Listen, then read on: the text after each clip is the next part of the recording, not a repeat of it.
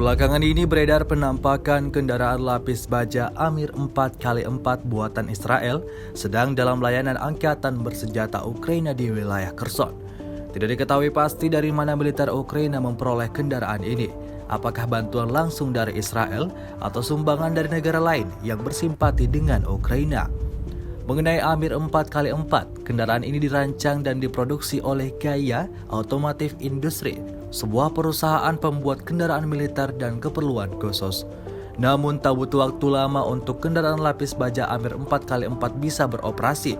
Sebuah drone kamikaze Rusia lancet menghancurkan mobil lapis baja Israel Gaia Amir dan BMP-1 Angkatan Bersenjata Ukraina di wilayah Kherson. Rekamannya ramai beredar di media sosial Telegram pada Senin 14 November 2022. Ledakan dahsyat terjadi pada kedua kendaraan militer tersebut hingga timbulkan kepulan asap tebal saat setelah dihantam drone Rusia. Insiden ini untuk kesekian kalinya menambah daftar panjang kerugian militer Ukraina.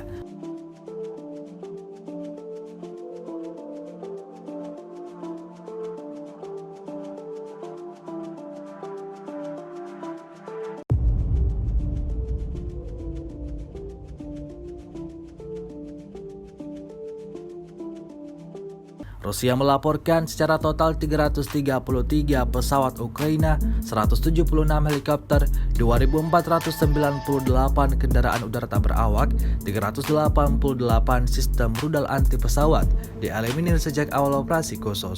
Sementara itu dari kubu Kiev, Kementerian Pertahanan Ukraina melaporkan 650 tentara Rusia dieliminir dalam 24 jam terakhir.